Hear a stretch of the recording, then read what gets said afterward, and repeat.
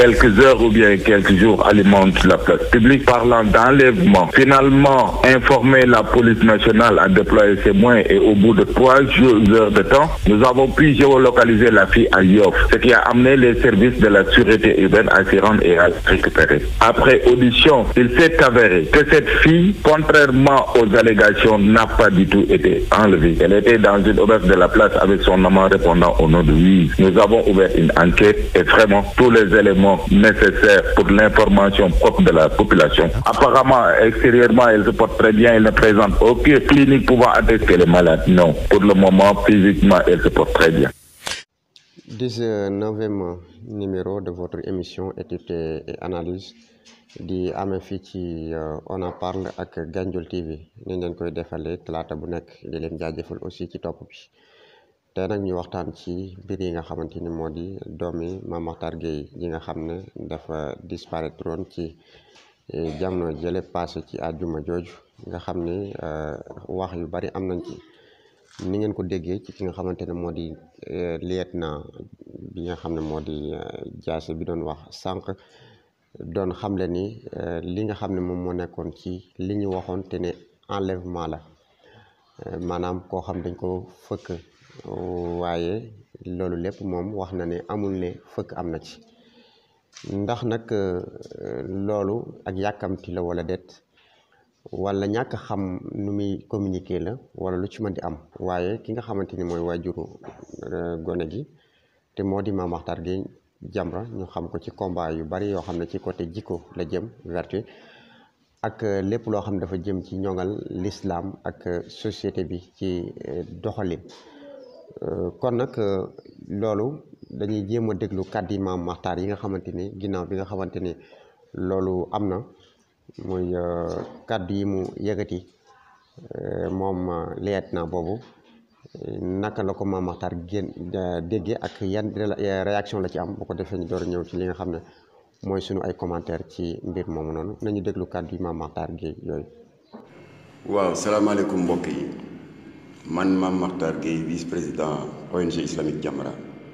maa bëggoon a weccoog yéen kàddu yu gàtt ginnaaw jëyëf ji nga xam ne dégg naa le chargé des relations publiques de la police mu tudd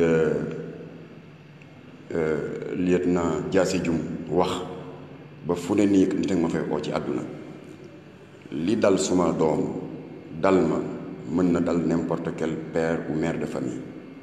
bu ko defee comme que dañu ne dans un état de droit boo xam ne nul n'a le droit de se faire justice soi-même ma def la nga xam ne ku mënoon nekk ci sama place itam loolu ngay def c'est-à-dire dem ci yoon saisir naa le patron du commissariat central de Dakar mu di le commissaire El Hadji Cheikh Dramé mu boole ma ak ki topp ci moom mu di le commissaire Bara Sankhare patron de la sûreté urbaine ce dernier boole ma avec l'inspecteur yàgg comme que bi ma alerté presse bi alerté njaboot gi alerté police yàlla dogal na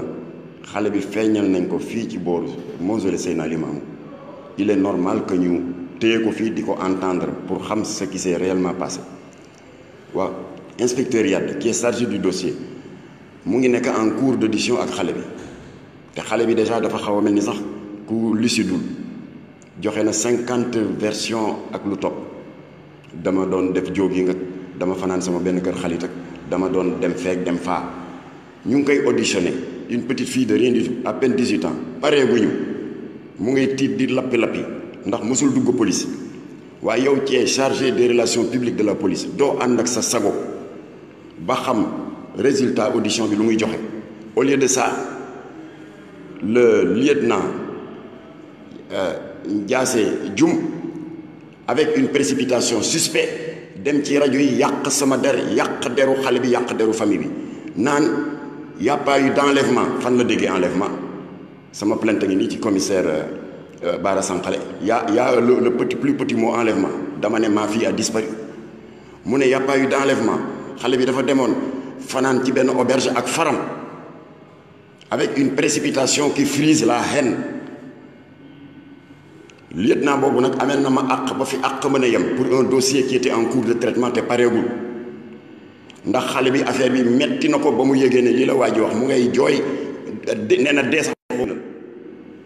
Je prends à témoin toute l'opinion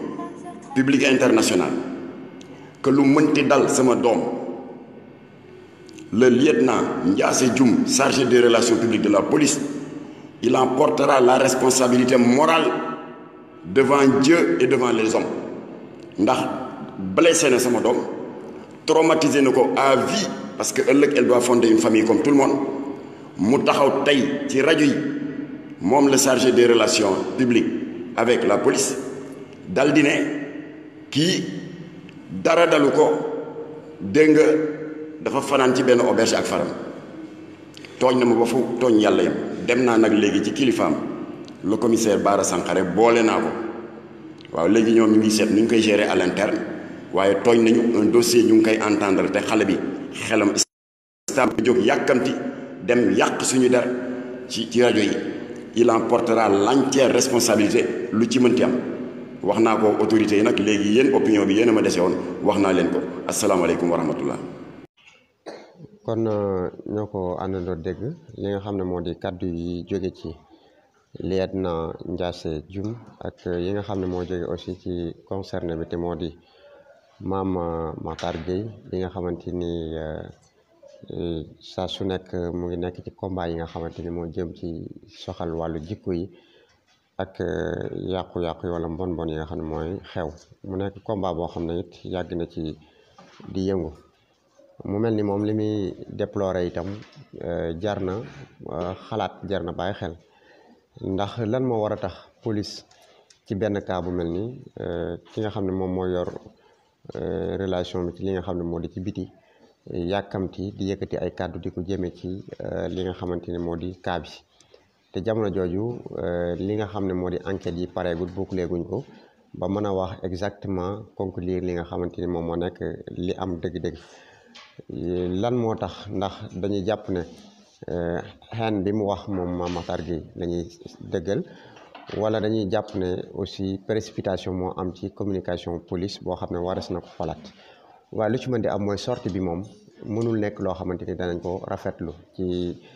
génn gi mu génn wax ci rajo yi directement wax ni nga xamante ni noonu la waxee aussi beneen bi ci topp itam mooy li mu wax ci enlèvement te li Mame Matar xam ne itam ne li nga xam ne moo di plainte am defu ci lenn loo xamante ne luy nuru enlèvement la bu fekkente noonu la demee it kon lan mu war a tax moom mu am intérêt wu wax li nga xamante ni moo jëm ci enlèvement te enlèvement nekkul ci li nga xamante moo di plainte bi ndax ñàkk xam li nekk ci plainte bi la ba pare yàkkamtee wax wala xam li nekk ci plainte bi ba pare bëgg a informer mal li nga xamante ni moom moo di population bi donc lu ci mën di am gis nañ ne daal mën nañoo xoolaat bu baax ci ne li nga xam ne moo jëm ci wàllum nuñ koy tuddeeti wàllum précipitation am na ci li nga xamante ni mooy wàllum communiqué wu police bi beneen bi ci topp nag mooy damay wax ni fan yi nga xamante ni ñu ngi ko génn yëpp daanaka Mame Matar da ngay gis ne ñu bari ñu ngi koy attaqué ci wax ne bisam dina ñëw wala li nga xamante ni mu ngi koy def gëmu ko wala xeet yu mel noonu muy combat yoo xamante ni nag bari na ñoo xam ne ci population bi arrangé wu leen ndax li wolof di faral di wax naan ku aj moo gën a bañ ku séentu ci kaw soo ajee dara ci kaw ku séentu rek da nga yaakaar ne li nga aj la bëgg a xool am na ñi itam nuñ koy waxee ci wolof ci ne ku denc ci rondal day bañ ko yurndu ndax day yaakaar ne itam li mu denc ci rondal gi loolu nga bëgg a gis arab di wax ni man istaxada annahu muznibun man zanna annahu man yaarifu annahu muznibun yaxtaqidu an al jami yatahaddasuna anhu képp ko ñi nga xamante ne dañoo def njombe buñ gisee ñaar ñu taxaw sax dañu yaakaar ne ci loolu la ñu wax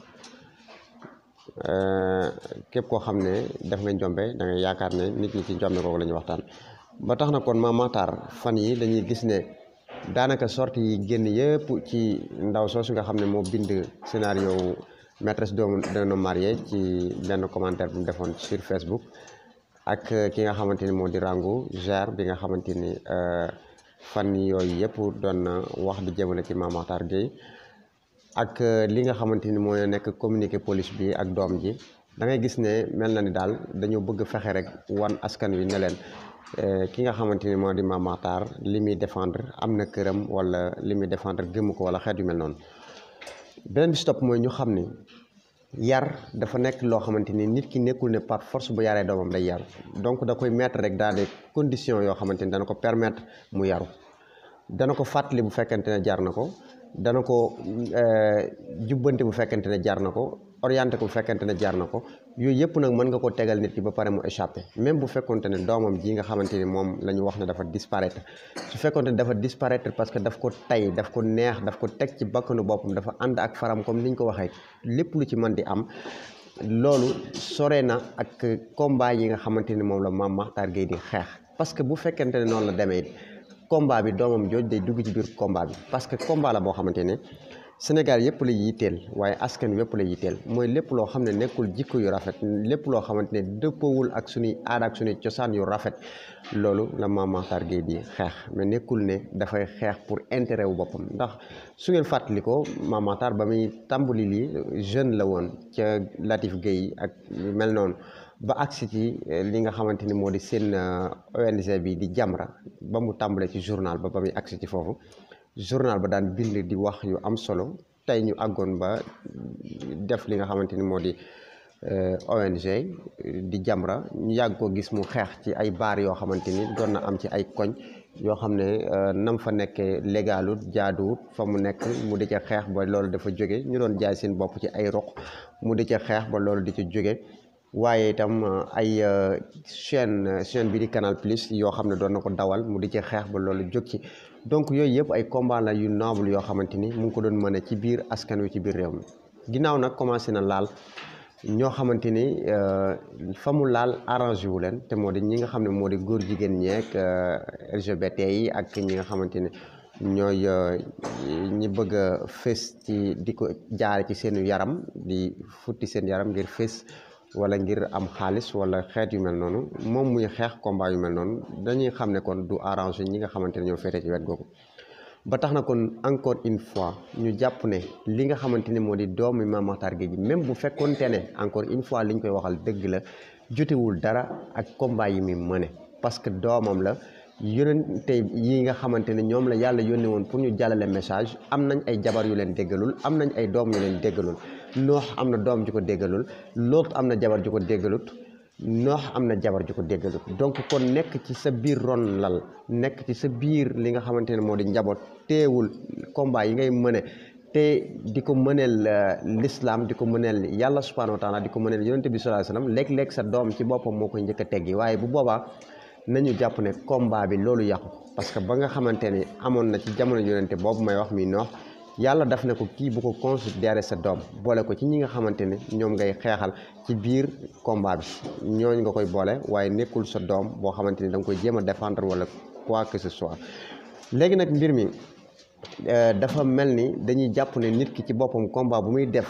di ko mëne rek su fekkente ne arrangé wut ñenn ñi dañ jéem a wut ay mbir yoo xamante ne dañ koy collé ak personnalité am collé ko ak jëfam collé ko ak mbiram ba nga xamante ni dana am jafe-jafe ci boppam ngir loolu noonu nga xamante ni moom lay def loolu nag ba tax na ñu bàyyiwaat ci xel bu baax ci nekkat mbir mi